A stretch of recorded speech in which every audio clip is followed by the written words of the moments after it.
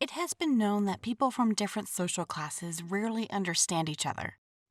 That one is quite normal, and for others, it's a dream, which is not fact that will come true. My name is Dora. This story is about how my parents ruined my wedding and separated me from the person whom I love, based only on their social status. My father has his own factory. My mother has a chain of restaurants. But I don't like to talk about it, and few people know that I come from a rich family. After graduating from an elite private school, I entered a normal institute.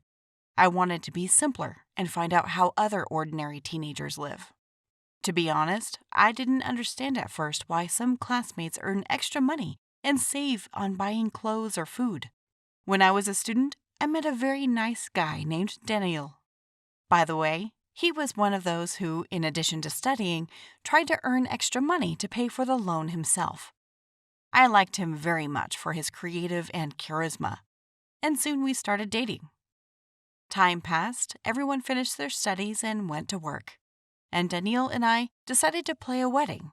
For us, this is something unknown, a real adult life. The parents approved the decision. The only problem was that Daniel disappeared from morning to late at night at work, trying to build a career and be independent. I just sat at home watching TV and hanging out with my friends on weekends. I didn't have to think about work. Parents provided everything, including money, although Daniel tried not to depend on them.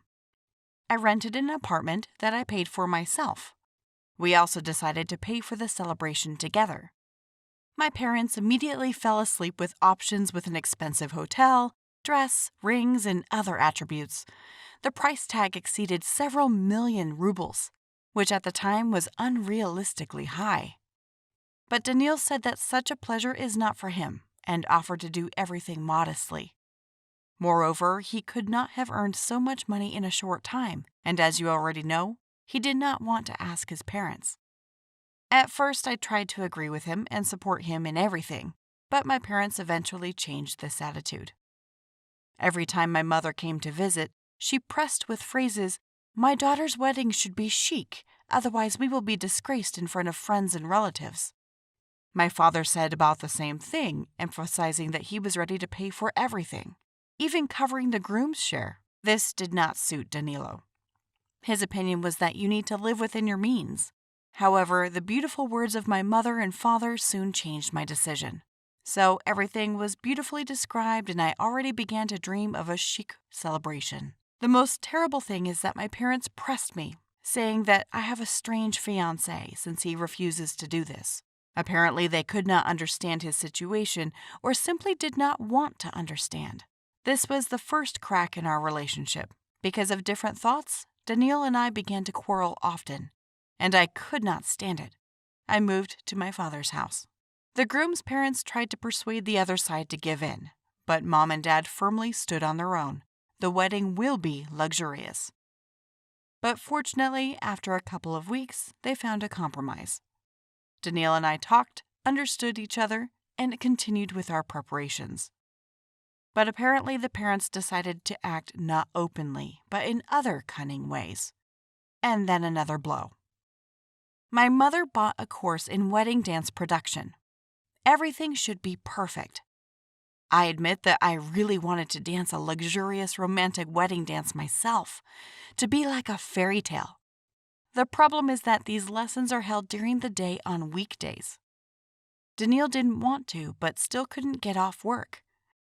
This made my mother very angry, and she didn't think about it and exclaimed something like, "What can he do for my daughter?" And I was blinded by rage at the time because I had so longed to perform this dance. I completely agreed with my mother, and here's another argument. My father finished the relationship. Maybe intentionally or maybe without thinking, he decided to give us air tickets to the United States. That's why everything I wanted before, my parents decided to give me at this moment. After all, I have long wanted to go there, and that's why I got there, only without agreeing with us the date of the trip. The groom replied that he will not have a vacation after the wedding, so it is better to change the tickets for other dates. And my mother could not stand it. shouted that it was easier to change the groom than to adapt to the current one. In fact, this stopped all relations, and we separated and avoided communication for a long time. At that time, I had already fully accepted the position of my parents, accusing the ex-boyfriend of doing everything for him, and he turned up his nose. And the guy, in turn, believed that you needed to work and earn your own pleasure. I never saw him again after that. Only through friends I heard that a huge amount of alcohol helped him survive this breakup. Years later, my parents had already found me another suitor from a wealthy family, one that suited them. I didn't care anymore. It seemed that there was nothing to be done against my parents, and I just had to agree. About Danilo, heard that he quickly rose up the career ladder, began to earn normal money, and got married. I don't want to blame a rich family or judge a poor one in this story. They are two different worlds. For me and my parents, this behavior was normal. Perhaps they only wanted to help, but they did a disservice. Hello everyone, my name is Anthony. 4 years ago, I met a wonderful girl, Leah, when we were 20 years old. With her, I experienced the greatest love, as well as the most frenzied relationships. It is false to imagine, but I was caught cheating, and not a wife with a mistress, but on the contrary. A year earlier, my family and I moved to another country because of work. I really didn't want to leave my home, but my mother reassured me that changes are always for the best, especially since we never went far and for so long. And you may like it. We packed up and left, and a new life began. The first thing I did was go to university. I made friends. Some of them we began to communicate closely. So a circle of friends appeared, and after a while, I accidentally met a girl. She cut me off in a car, and I almost had an accident because of her. I caught up with her and honked my horn. I was in a really bad mood that day, but here I was. She asked me to take it out on her. When we stopped, I behaved like an ungentlemanly person. I started swearing and shouting, and she looked at me so easily and simply from the car, lowered the window, and then slowly gave the middle finger and drove away. I was so outraged by the impudence that I even laughed. This girl is etched into my memory. It looked spectacular, very stylish. I wished I had met her. It must have been fate for us to meet again. The next day, my friend and I went to a club, where I ran into her on the dance floor. She recognized me right away, which was understandable because she was waving her middle finger at me and smiling. I went up to her and we started dancing together, and that's how we met. I walked her home, and since then, I've walked her every day. Oh, I fell in love with her completely and irrevocably.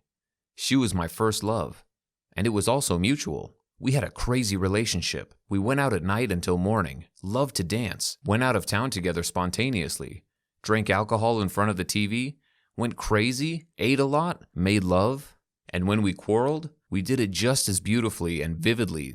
Smashing dishes, she slammed doors, locked herself in the bathroom. I twirled my finger at my temple and called her hysterical. A couple of hours later, when we were both out of breath, we kissed and everything was fine again. A year later, we moved in together and got married. As soon as we celebrated this event in a small family circle, my father said that we should return to our country. I couldn't believe it because my wife was finishing school. She couldn't just snap and leave, and I needed to get a job where I was going for many years. In general, it was decided. I left and she stayed.